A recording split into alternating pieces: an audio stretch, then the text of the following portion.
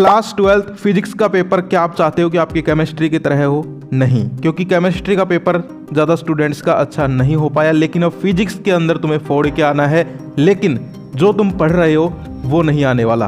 कैसा लगा? अजीब लगा? हाँ गाइज, ये सच है।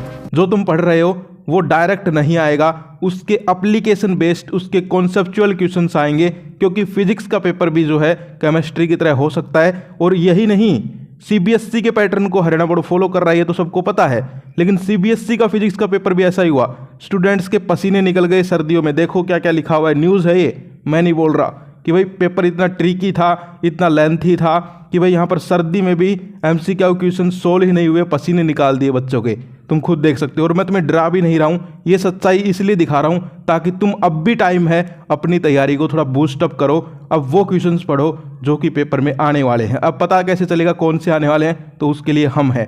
पूरा 3 दिन का एनालिसिस करके ये वीडियो आज तुम्हारे सामने पेश कर रहा हूँ। पूरा एनालिसिस कर दिया है।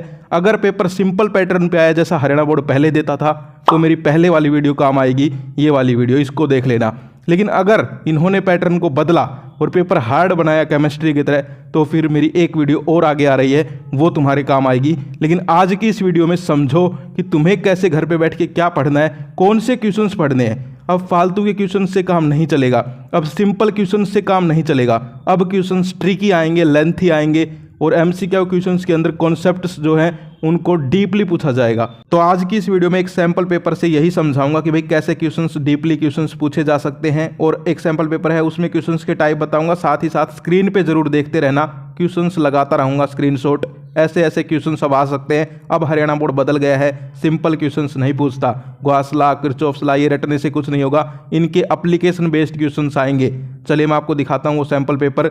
सो फ्रेंड्स, यहाँ पर आप देख सकते हैं फिजिक्स का, तो हम देखते हैं फिजिक्स का क्लास 12th का ये सैंपल पेपर मोस्ट इंपॉर्टेंट है, इसलिए ये सिलेक्ट किया है मैंने। इसके अंदर समझो, अब केमिस्ट्री वाली गलती हम लोग नहीं करेंगे। अब समझ लेते हैं कि कैसा पैटर्न ये देने लग गए हैं, क्या चीज़ें बदल देते हैं, कहाँ पर ये बच्चों के साथ थोड़ा सा धोखा कर देते हैं। तो वो सारी चीज़ें बताऊँगा, और वादा है केमिस्ट्री का पेपर कैसा भी हुआ हो, लेकिन फिजिक्स का पेपर 1 नंबर का होगा। देखो पहला question, an electric dipole placed in a non uniform electric field can experience. यानी कि यहाँ पर जो क्वेश्चंस आएंगे वो आपके इलेक्ट्रिक डायपोल के जो है नॉन यूनिफॉर्म इलेक्ट्रिक फील्ड आ सकता है, यूनिफॉर्म भी आ सकता है। कहने का मतलब क्या है, इलेक्ट्रिक डायपोल जो है उसके बारे में तुम्हें ओवरऑल स्टडी करनी पड़ेगी भाई। अब पढ़ना तो पड़ेगा। देखो यार, ये जब इतना हाई लेवल जा रहे हैं तो तुम्हें भी थोड़ी और मेहनत करनी पड़ेगी। इलेक्ट्रिक डायपोल के A to Z क्वेश्चंस कर मारो भाई, सारे प्रैक्टिस कर लो, कोई क्वेश्चन ही मत छोड़ो। हम भी देखते हैं कि अब ये कैसा पेपर बनाते हैं, अब की बार फोड़ के आना है। तो ये देखो इसका क्या हो जाएगा, a force but not a torque, A torque but not a force, always a force and A torque. यानी कि ये कह रहे हैं इलेक्ट्रिक डायपोल जब है यूनिफॉर्म इलेक्ट्रिक फील्ड में प्लेस करते हैं तो वो क्या एक्सपीरियंस करता है, तो वो फोर्स भी कर सकता है, टॉर्क भी कर सकता है। ठीक है, तो यहाँ पर सी हो जाएगा इसका, समझ गए। यानी कि देखो इनकी माइंड, इनका साइकोलॉजी पकड़ो कि ये अब क्या करने लग गए, कॉम्पिटेंसी बेस्ड क्वेश्चन देने लग गए। अब तक हमें आदत क्या थी हरियाणा बोर्ड वालों को कि हम डायरेक्ट क्वेश्चंस पढ़ते थे, व्हाट इज इलेक्ट्रिक डायपोल। लेकिन अब क्या करने लगे, अब ये चीज़ें नहीं पूछते, अब ये उन सिंपल क्वेश्चंस के अंदर घुसकर उनकी एप्लीकेशन, उनकी competency based, learning based question देने लग गए हैं।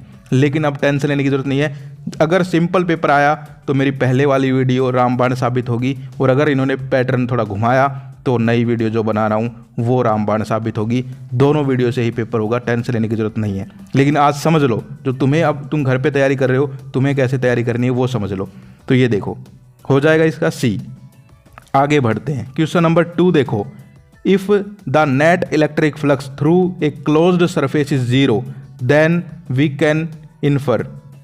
ए है no net charge is enclosed by the surface, uniform electric field exist within the surface, electric potential varies from point to point inside the surface, charge is present inside the surface. तो इसका क्या होगा, electric flux का question, electric flux का question ध्यान से पकड़ो। हर एक क्वेश्चन का जो मेन टॉपिक है उसको पकड़ लो, क्वेश्चन रटने की जरूरत नहीं है भाई। यहाँ पर ऐसे दे रखे हैं, हो सकता है केमिस्ट्री की तरह पेपर में कुछ अलग ही टाइप दे दे, लेकिन टॉपिक तो वही रहेगा। तो मेन फोकस टॉपिक पे रखो, उस टॉपिक को पकड़ो, उसके सारे के सारे क्वेश्चंस प्रैक्टिस कर जाओ, और फिर बोलो कि हाँ बोल हरियाणा बोर्ड अब कैसे भी क्वेश्चन दे दे, सारे के सारे प्रैक्टिस करके आया हूँ। तो इसका क्या हो जाएगा, इसका ए हो जाएगा, समझ गई। आगे बढ़ते हैं, किरचॉफ्स लॉ से दे दिया है क्वेश्चन। टॉपिक पकड़ जाओ, किरचॉफ्स लॉ, ठीक है, जंक्शन डायोड। अब यहाँ पर देखो, Kirchhoff's first rule at a junction in electric network deals with the conservation of. तो किरचॉफ्स लॉ अगर तुमने पढ़ा हो तो बताओ किसका कंजर्वेशन करता है वो, चार्ज का। तो यहाँ पर क्या हो जाएगा, चार्ज, बी ऑप्शन हो जाएगा। आगे हम पढ़ते हैं, the resistance of a metal wire increase with increase temperature on account of. देखो कितने तगड़े घुमा फिरा के, मतलब भाई क्या हो गया है हरियाणा बोर्ड को, सीबीएसई बोर्ड से भी ऊपर निकलने को हो रहा है ये बोर्ड, सीबीएसई को भी पीछे छोड़ देगा। यानी कि क्वेश्चंस जो है कोई डायरेक्ट क्वेश्चन नहीं, सारे questions practical based, learning based, assertion reason, competency. लेकिन तुम्हें बता दे रहा हूँ कि भाई अब की बार जो है तुम्हें फोड़ के आना है, सारे क्वेश्चंस प्रैक्टिस कर जाओ। टॉपिक्स में तुम्हें बता रहा हूँ कि यहाँ टॉपिक से ये क्वेश्चंस बना रहे हैं। तो फोर्थ का क्या हो जाएगा, फोर्थ का बी हो जाएगा अगर हम देखें तो, डिक्रीज इन रिलैक्सेशन टाइम, ठीक है। इसके बाद हम आगे बढ़ते हैं, क्वेश्चन नंबर 5 आएगा। कर लो भाई, ये प्रैक्टिस कर लो, मैं करवा रहा हूँ, लास्ट तक वीडियो देखोगे 5-10 नंबर तो यहीं से पक्के हो जाएंगे। हो सकता है कोई क्वेश्चन सेम टू सेम आ जाए। 5th जो है, the magnetic dipole moment of a current carrying coil does not depend on.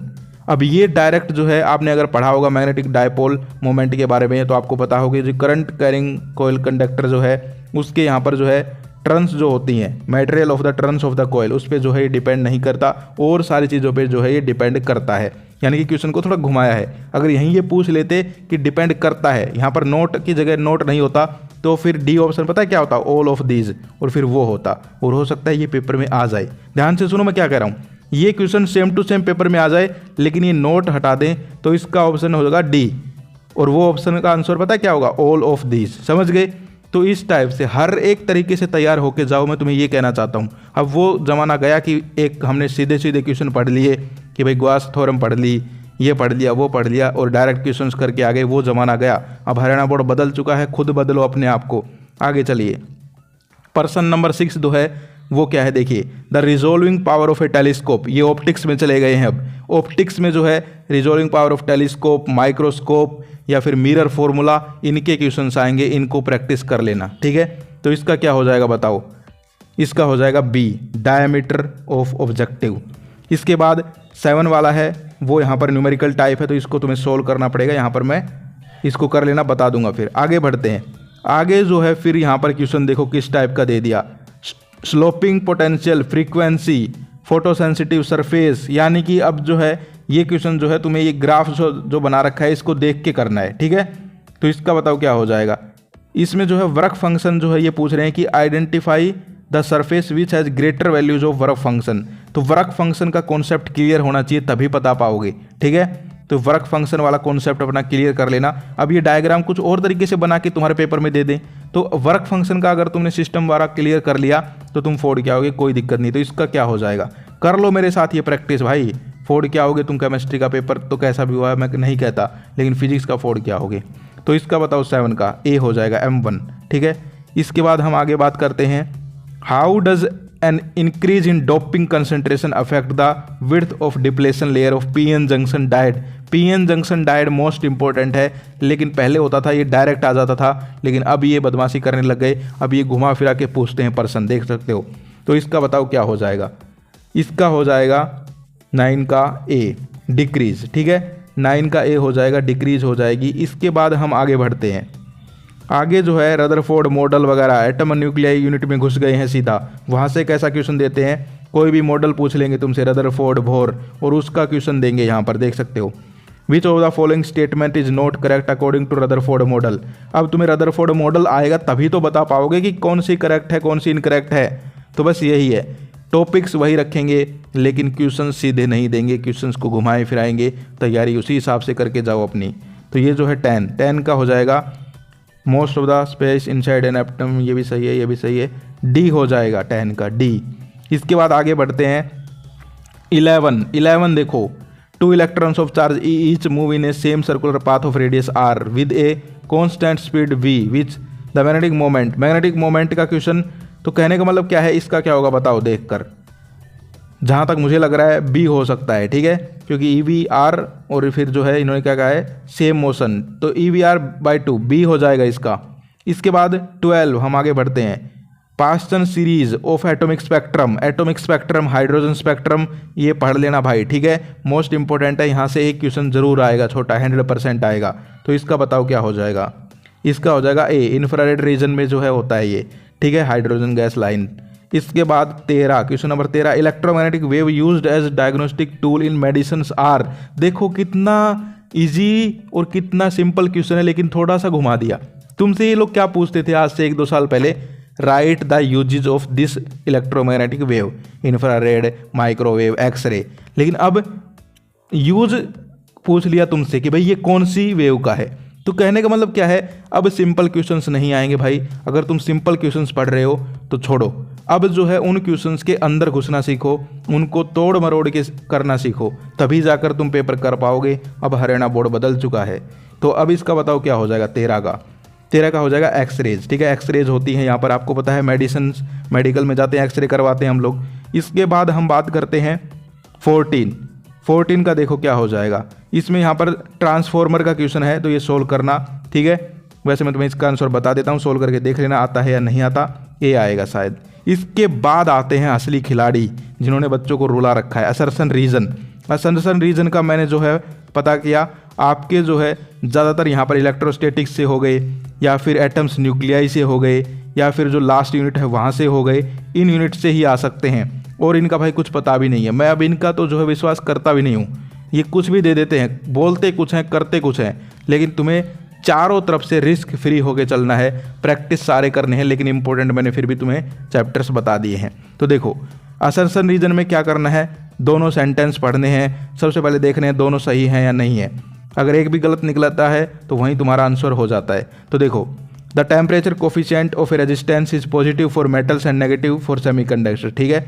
The charge carriers in metal are negatively charged whereas in semiconductors they are positively charged. तो अब देखो assertion reason में तुम्हें options भी रहते हैं, options तुम देखोगे। अब ऑप्शन देखना एक बार, both A and R are true but R is correct explanation of A, नहीं ये तो नहीं हो सकता। ए सही था लेकिन आर तो हमें खुद ही थोड़ा गलत लग रहा था, ठीक है। तो कहीं ना कहीं देखो आर, ए सही है, आर गलत है, तो ये सी ऑप्शन है, तो सी होगा इसका, ठीक है, इसका सी होगा। तो ये ऑप्शन ऊपर होते हैं इनके सारों के इकट्ठे, इनके नीचे ऑप्शन नहीं होते, देखा करो ऊपर, कभी तुम ऊपर देखो ही ना और करते जाओ खुद ही। तो ये कर लेना देख देख के, ठीक है। सेकंड 16 जो है उसका बताओ क्या होगा, उसमें जो है inductance coil are made of copper, ठीक है। Induced current is moving with wire having less resistance, ठीक है। और इंडक्टेंस और इंड्यूस्ड करंट, तो इसका ए हो जाएगा, ठीक है, ए हो जाएगा ना शायद, देखो ध्यान से, ए होगा इसका। इसके बाद 17 जो है उसका distance of closed approach of alpha particle to the nucleus always greater than, ठीक है। Strong nuclear repulsion does not allow alpha, ठीक है, इसका भी ए होगा भाई, 17 का भी ए होगा, ठीक है। इसके बाद हम आगे बढ़ते हैं, आगे जो है 18 का है, डी ब्रोगली वेवलेंथ का क्वेश्चन है ये, ठीक है। तो डी ब्रोगली वेवलेंथ वैसे इंपॉर्टेंट है, इसका एक क्वेश्चन जरूर आ सकता है। चलो मेरे याद आ गया, मैंने तुम्हें बता दिया, जरूर डी ब्रोगली वेवलेंथ के सारे क्वेश्चन प्रैक्टिस कर लेना, तो इसका ए हो जाएगा, ठीक है।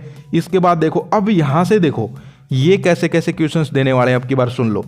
पहले कैसे क्वेश्चंस आते थे और अब इन्होंने क्या कर दिया वो मैं बताने वाला हूँ।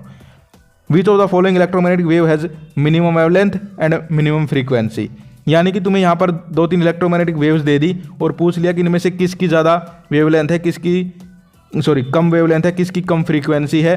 ज़्यादा भी पूछ सकते हैं, कोई वो नहीं है, यानी कि यहाँ पर कम दे दी, पेपर में ज़्यादा पूछ सकते हैं, और यूज पूछ लिए। तो इलेक्ट्रोमैग्नेटिक वेव्स अगर तुम पढ़ रहे हो तो तुम्हें क्या पढ़ना है वो सुन लो। मैं यही बताने वाला हूँ कि जो टॉपिक तुम पढ़ रहे हो उसमें तुम्हें क्या पढ़ना है ये समझो। तो इलेक्ट्रोमैग्नेटिक वेव्स के यूजेज पढ़ लो, किसकी लेस फ्रीक्वेंसी है, किसकी ज़्यादा है, ये तुम्हें पता होना चाहिए, ठीक है। तो ये चीज़ें आ सकती हैं, और इससे बाहर क्या बनाएंगे भाई, इससे भी अगर बाहर बना दिया तो फिर तो मैं कह रहा हूँ पढ़ाई छोड़ दो सलाह, और क्या करें अब, इससे बाहर भी कैसे क्वेश्चन बनाएंगे।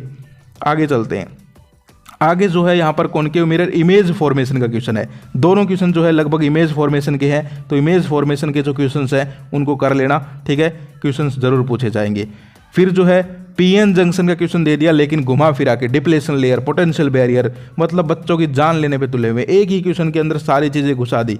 तो ये जो है यहाँ पर तुम देख लेना कि भाई पीएन जंक्शन जो है उसके बारे में कंप्लीट स्टडी कर लेना, ऊपर ऊपर से नहीं आएंगे अब क्वेश्चन कि डिफाइन पीएन जंक्शन, नहीं, अब जो है उसके अंदर घुसकर इंपॉर्टेंट चीज़ें जो है वही पूछेंगे ये लोग, और मैं तुम्हारे लिए वो तैयार कर ही रहा हूँ, टेंशन लेने की जरूरत नहीं है। अब जो है दोनों तरफ से मैं तुम्हें जो है स्ट्रॉन्ग करके भेजूंगा। अगर सिंपल पैटर्न आया तो मेरी वीडियो ऑलरेडी बनी हुई है, उससे होगा पूरा पेपर। और अगर इन्होंने जो है बदमाशी की, पैटर्न बदला, तो जो वीडियो बना रहा हूँ उससे होगा पूरा पेपर, लेकिन होगा उन दोनों वीडियो से, ये गारंटी है। आगे चलते हैं। इलेक्ट्रिक फील्ड लाइंस जो है उसका क्वेश्चन है। इलेक्ट्रिक फील्ड लाइंस तो देखो इंपॉर्टेंट है, ये सेम टू सेम क्वेश्चन आ सकता है, ठीक है। वरना तुम इलेक्ट्रिक फील्ड लाइंस का एक डायग्राम देकर कुछ क्वेश्चंस बना के पूछ सकते हैं। मैं बता रहा हूँ इलेक्ट्रिक फील्ड लाइन से या तो ये सेम टू सेम इस तरीके का, और अगर इन्होंने थोड़ा पैटर्न बदला तो तुम्हें इलेक्ट्रिक फील्ड लाइंस खुद बना के देंगे और फिर क्वेश्चन पूछेंगे, तो ये प्रैक्टिस कर लेना। इसके बाद कोहेरेंट सोर्सेज ये कर लेना। सेल्फ इंडक्टेंस, म्यूचुअल इंडक्टेंस, दोनों के दोनों पढ़ लेना, और इन दोनों की एप्लीकेशन बेस्ड क्वेश्चन भी कर लेना। एप्लीकेशन बेस्ड क्वेश्चन भी पूछ सकते हैं ये लोग, ठीक है। अब ये एप्लीकेशन ही बेस्ड पूछते हैं ज़्यादातर, ठीक है। इसके बाद कैपेसिटर, ये कंडक्टेंस वगैरह निकाल लेना। इसके बाद पैरामैग्नेटिक मटेरियल, डायमैग्नेटिक मटेरियल, इनका क्वेश्चन है। इसके बाद फेजर डायग्राम्स के बारे में पढ़ लेना। पीएन जंक्शन डायन फेजर डायग्राम, ठीक है। जर्नर डायड वगैरह जितने भी जो हैं ये इंपॉर्टेंट टॉपिक्स हैं, इनसे ही क्वेश्चन आएंगे, लेकिन डायरेक्ट नहीं आएंगे, ये बात ध्यान रखो। अब जो है डायरेक्ट पढ़ने से काम नहीं चलेगा, अब तुम्हें घुमा फिरा के पढ़ना पड़ेगा। Current sensitivity, voltage sensitivity of moving coil galvanometer. अब अगर यही क्वेश्चन ये सिंपल दे देते तो इनका क्या बिगड़ जाता, सिंपल लिख देते डिफाइन मूविंग कोयल गैल्वेनोमीटर। लेकिन भाई बदमाशी करनी, क्वेश्चन को घुमाना फिराना, सेंसिटिविटी, वोल्टेज सेंसिटिविटी, घुमा फिरा के चीज़ वही है, लेकिन घुमा फिरा के। अब जैसे मैं दुकान पे जाऊं, बिस्कुट लेना हो मुझे, लेकिन मैं कहूं चाय में डुबो के सुबह सुबह खाने वाली चीज़ दे दो, अब ये क्या मतलब हुआ। तो सिंपल सिटी जो है इन्होंने छोड़ दी, अब क्वेश्चंस घुमा फिरा के आएंगे। इसलिए कह रहा हूँ तैयार होके जाओ, केमिस्ट्री का पेपर जैसा भी हो छोड़ो, लेकिन फिजिक्स का फोड़ के आओ। फोटो इलेक्ट्रिक करंट का मोस्ट इंपॉर्टेंट टॉपिक है, एक क्वेश्चन जरूर आएगा, लेकिन वो सिंपल नहीं आएगा, घुमा फिरा के आएगा, समझ गए। तो इस तरीके से करना। लेंस मेकर फॉर्मूला जो है मोस्ट इंपॉर्टेंट है, इसका पढ़ लेना। ये दूंगा तुम्हें मैं, पीडीएफ दूंगा, इसकी टेंशन लेने की जरूरत नहीं है, और विद आंसर की देने वाला हूँ। इसको करना सोल्व घर पे बैठ के, ठीक है। सोल्व करो, मैं लगा हुआ हूँ तुम्हारे लिए वो बनाने में, वो मैं कर दूंगा क्लियर, टेंशन लेने की जरूरत नहीं है। इसके बाद ये केस बेस्ड क्वेश्चन दे दिया। केस बेस्ड जो है इसमें आपको ये पहरा पढ़ना है, फिर ये आंसर्स करने हैं, ठीक है। तो ये करो, प्रैक्टिस करोगे तब काम चलेगा। अब रटने का ज़माना गया, अब पास तभी हो पाओगे जब दिमाग लगाओगे। अब रटने का ज़माना गया, फिर से कह रहा हूँ, क्योंकि पहले क्या होता था, डायरेक्ट क्वेश्चंस आते थे, what is potentiometer, what is galvanometer, what is Gauss law. लेकिन अब तुमने देखा कोई क्वेश्चन है सिंपल सा, नहीं है। सारे क्वेश्चंस में एप्लीकेशंस घुसा दी, सारे क्वेश्चंस में प्रैक्टिकल बेस्ड, लर्निंग बेस्ड चीज़ें घुसा दी। यानी कि दिमाग लगाओ तब तो पेपर करो पाओगे, वरना नहीं कर पाओगे। एक क्वेश्चन आया है, चलो स्टेट हाइजेंस प्रिंसिपल, ये आया है सिंपल, लेकिन फिर इसमें आगे तो फिर इसमें भी घुसा दिया कुछ भी। कंस्ट्रक्शन करनी है, एक्सप्लेन करना है, रिफ्रैक्शन, तो हाइजेंस प्रिंसिपल मोस्ट इंपॉर्टेंट है, ये पढ़ लेना, ठीक है। गॉस लॉ पढ़ लेना। इसके बाद जो है रिफ्रैक्शन ऑफ लाइट का क्वेश्चन दे दिया, समझ गए। रिफ्रैक्शन जो है वो पढ़ लेना। Internal resistance of a cell most important है। Drift velocity most important, drift velocity जरूर पढ़ लेना भाई। हाइड्रोजन एटम स्पेक्ट्रम जो है उसका क्वेश्चन है। तो ओवरऑल कहने का मतलब क्या है, इसको मैं दे रहा हूँ, विद सॉल्यूशन दे रहा हूँ, प्रैक्टिस कर लो। और मैं पीडीएफ तैयार कर ही रहा हूँ, लेकिन तुम भी घर पे बैठ के करो, अब मेरे ही भरोसे मत रहो। अब प्रैक्टिस कैसे क्वेश्चंस करने वो मैंने तुम्हें बता दिए हैं। एप्लीकेशन बेस्ड क्वेश्चंस को घुमा फिरा के प्रैक्टिस करना है, ओके। तो टेंशन लेने की जरूरत नहीं है। ऑल द बेस्ट, प्रैक्टिस करते रहो और ये पेपर फोड़ के आना है। फिर मिलते हैं। जय हिंद, जय भारत।